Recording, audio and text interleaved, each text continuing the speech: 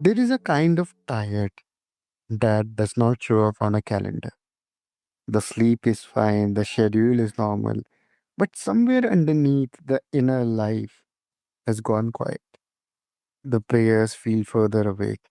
The familiar comforts feel less comforting, and the strangest part is you can't you can't quite tell anyone what is wrong because nothing on the outside is wrong. You are just carrying something more than you knew for longer than you realized. Welcome back to Healthy Mind, Healthy Life, the show where we have honest, grounded conversations about the inner work of being well in real life. I am Yusuf, and today I'm in conversation with Laura Sharpwaits. Laura is a licensed minister whose work lives in the quiet of an unseen seasons of life, the times when people are carrying more than they know how to hold, and even simple things feel heavy, and when faith feels more like something they are trying to grip than something holding them. Her own life has walked through those seasons, and that experience now shapes everything about how she listens and how she shows up. So, today we're talking about what it looks like to care for the inner life when you are emotionally and spiritually tired. With that, I welcome my guest Laura to the show. Thank you, Yusuf, for having me. Absolutely. So, before we get into the deeper themes, I love to start somewhere personal.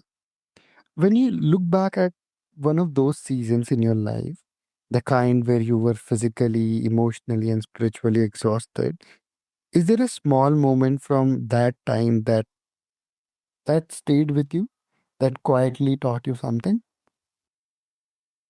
One moment in particular was when I was dealing with a cancer episode and I was exhausted mentally, physically, spiritually, and had been used to doing everything. I did more than I should. I always wanted to be a go getter. And during the season of cancer, I wasn't able to do much. It kinda has a way of slowing you down and halting you, and it was an internal struggle for a little while, realizing I wasn't going to be at that function. I wasn't going to be able to help out that person who needed me, and I had to come to grips with that, and I spent a lot of time in prayer and sitting with God saying, "Help. H How do I go from doing all of this to nothing but letting my body heal?" And it was a struggle. Okay. And there's a misconception about spiritual or emotional exhaustion that it must mean something has gone wrong, that you have drifted, that your faith has weakened, that you are failing somehow. From your work and your own experience, what's the biggest misunderstanding people carry about these quieter, harder seasons?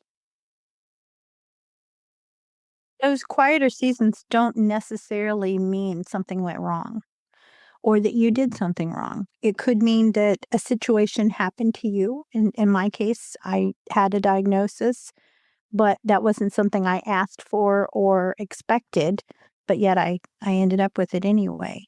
I think the challenge is how we move on from our situation, how we embrace it and move forward rather than the typical shame that we put ourselves under.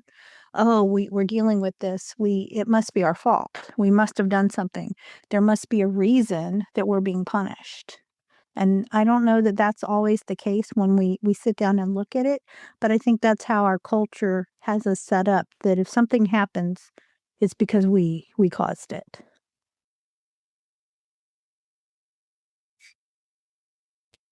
And when someone first hears your reframe of those seasons, what tends to soften in them? I usually notice their shoulders soften first. And they usually go from looking down, maybe at the floor or in their lap, and actually their gaze comes up and meets me.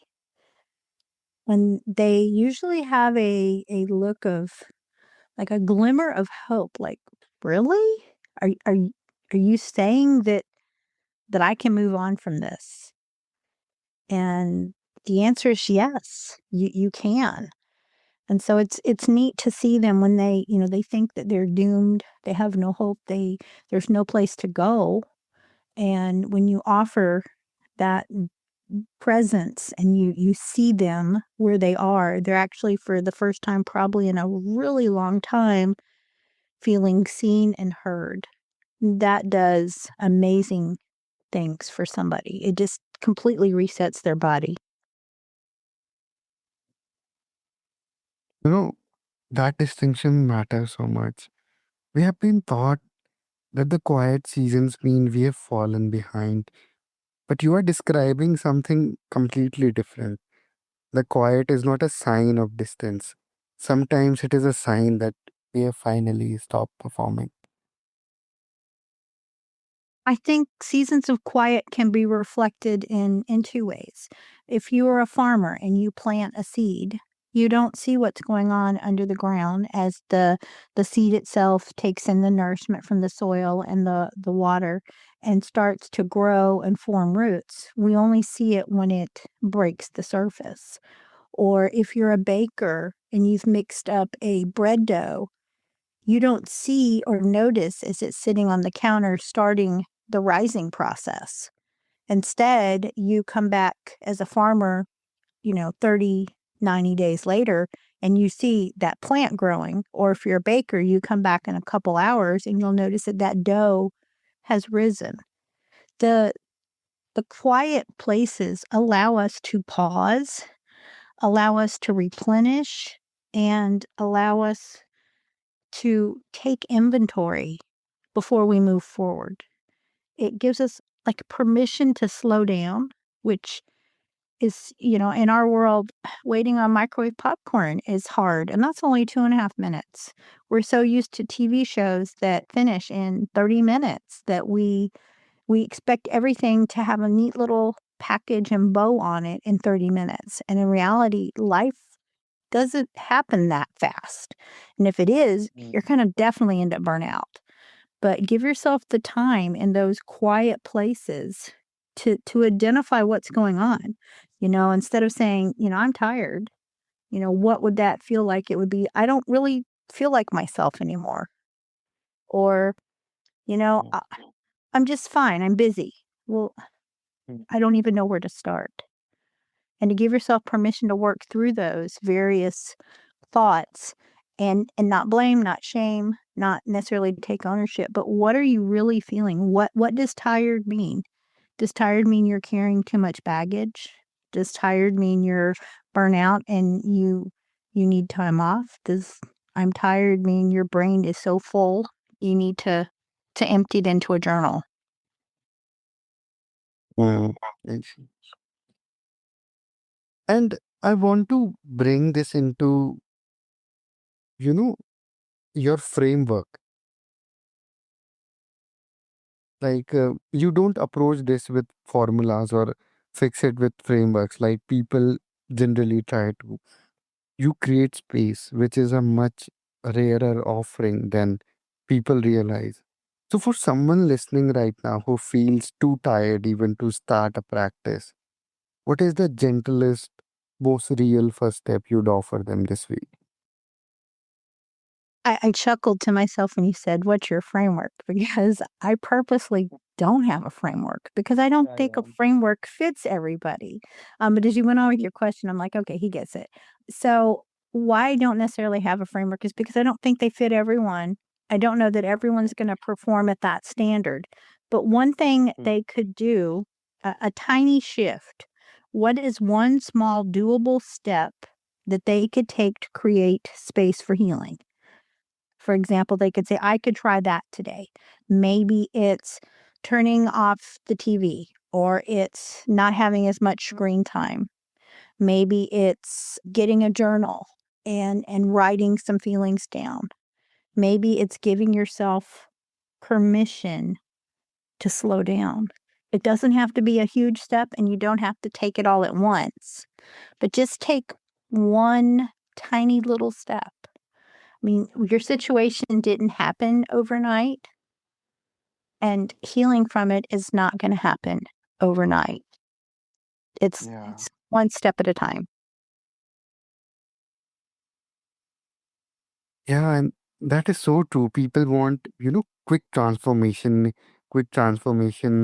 hacks, something like that. And if they don't see immediate results, they either just stop doing it or, do it half-heartedly, which is again something that we don't want them or they themselves don't want to do it. Yeah, typically, I find out that they want the quick fix, they want the pill, the magic wand, the magic button, whatever it is, they want it, and they want it now. And if they don't get it, then they're just like, "Well, I give up."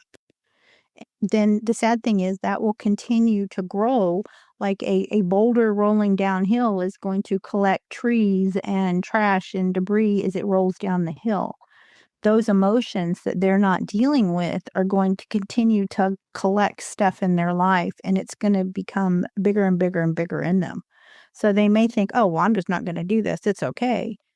But in reality, it's really not okay because then you're allowing yourself to continue, you're gonna get more emotions, more stuff trapped, more baggage. You're gonna go from, a small backpack size to maybe now you need like a luxury liner to carry it all. You've just got so much stuff.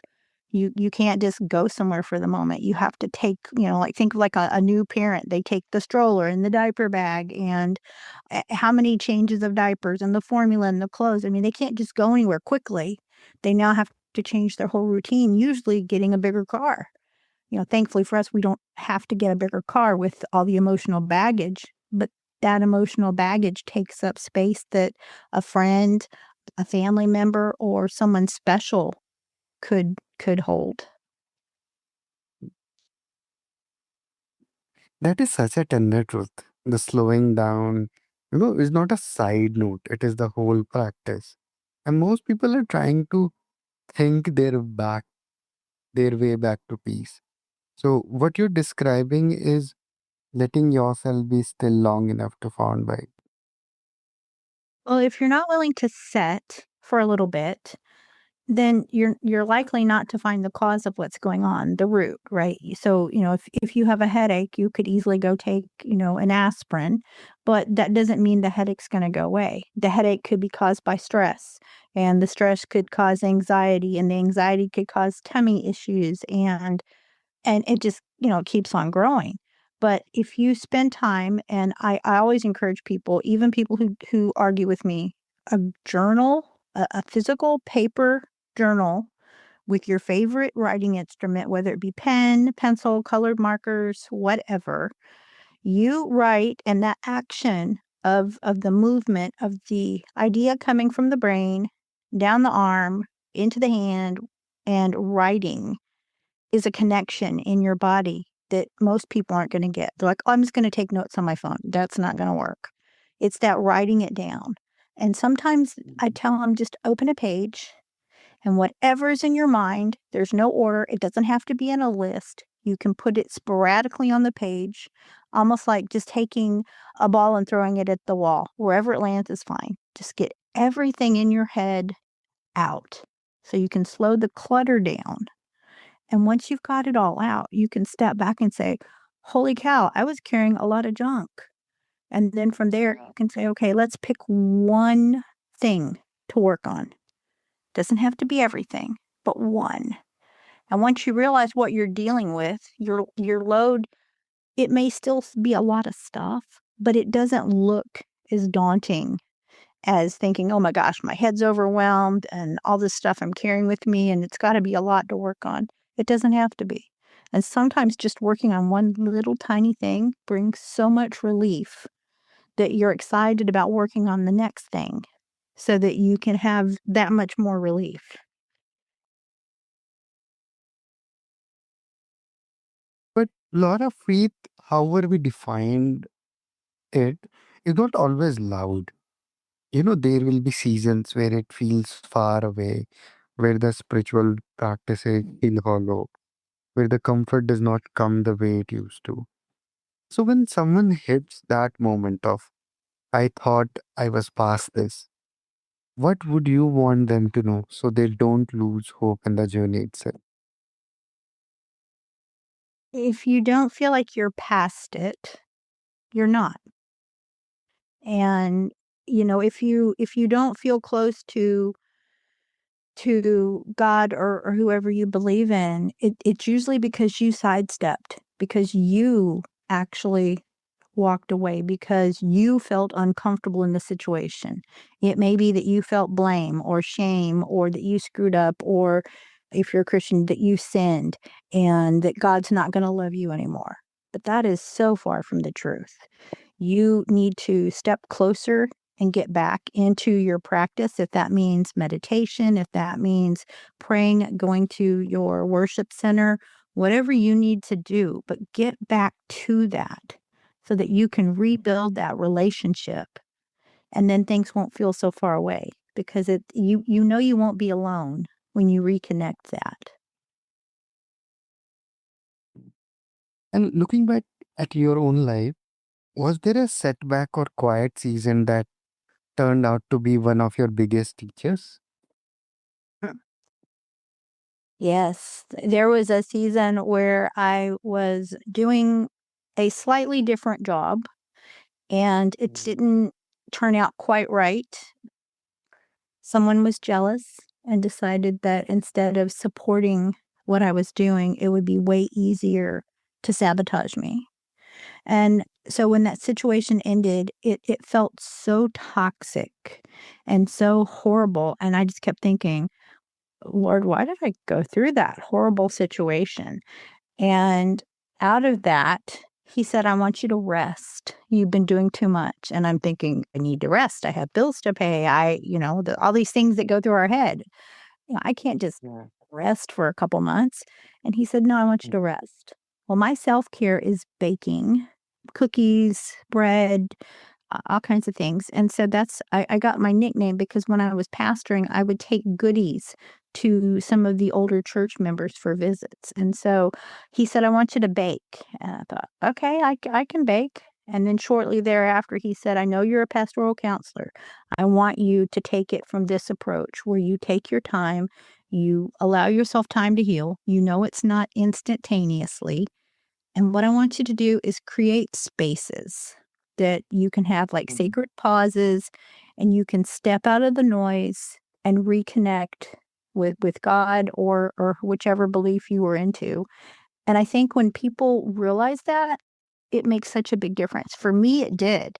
I realized that he wasn't shutting a door. He was using that horrible situation to propel me forward into where I am now, with my own podcast, with a book and a journal published and another book coming out later this year. Things I didn't think were possible, he made possible. Yeah. You know, that those quiet seasons are not proof of distance. They're often where the deepest part of us is finally being met. Not by the version of faith we performed, but by one that is waiting for us underneath all along. Mm, yeah. Sometimes just even taking a breath is hard. Sometimes owning what's going on is really hard.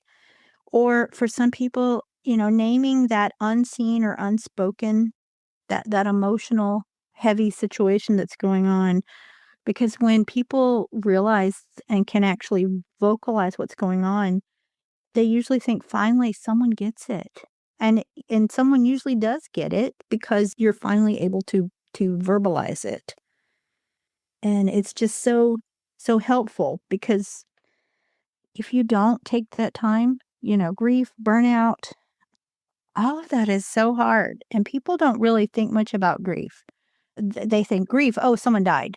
No, grief is like 40 plus things. Grief could be any change, could be something you need to grieve. That change could be ending a friendship. It could be ending a sexual relationship. It could be changing jobs, moving, anything that changes from where you are, like a little kid going from one school to another school, losing a pet. But any change, even like the change in your routine, if you change jobs, you're going to have a routine change. And so when you don't realize that underlying is your grieving, I had someone a couple weeks ago who finally realized in the quiet journaling time she was grieving the loss of a dream. She had always thought she would end up in a different job, in a different place and location, and would be doing something different. And instead, her life took a different turn. And she never took the time to realize that she was grieving that situation. And when she did, it was like the biggest aha moment ever.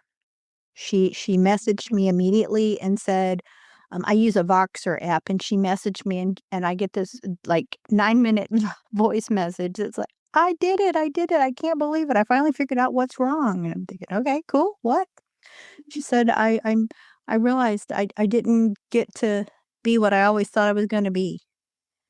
And I said, "Well, are you okay with that?" She said, "I wasn't, but I've thought about it, and I look if I hadn't gone where I am now, I wouldn't have my spouse and my child and my friends. I would be in another part of the country with a different job and probably not the things I have now."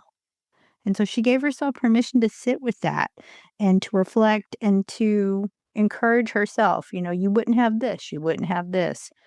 And that tiny shift was just so helpful for her. It reminded her that, she still has her strength and her dreams and what's still possible, even though that original dream didn't happen.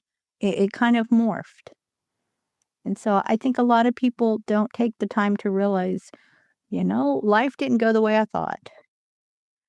I didn't just get a raw deal. Maybe I need to look at it in a different way and find a blessing. I mean, I look back at my cancer diagnosis now and I can tell you it's a blessing. And people look at me really strangely and they're like, "You're kidding." No, absolutely. The people I met and the lives I got to touch during that season were such a blessing to me. Yeah. Lara, for people who want to connect with you or want to learn from you, where can they do that? They can go to my website, which is bakingpastor.com. And I have actually for your listeners, one of the books I mentioned I wrote was called A Soul Pause Journal. And it gives you a place to slow down and reflect and just sit as you're going through your day. What I've created for your listeners is a special edition of that. And I hope you'll list that link in your show notes so they can go get it. There's no email needed. It's just a link. To everyone listening, all these links are in the show notes, so just go and check those. Is there any last message that you want to leave us with? Yeah. If you're struggling, no, you don't have to struggle alone. You can reach out. I highly encourage you to find your own circle of folks who can support you. If that doesn't end up being anybody close, we have technology that can help you connect with people. I'm sure Yusuf would love to hear from you as well, but there's a contact form on my website. Please reach out. If you don't have anybody else to guide you, to pray for you, to encourage you, please message me. I don't want you to be all alone and feel unseen and unheard. Perfect. And to everyone listening, all these links are in the show notes, so just go and check those out.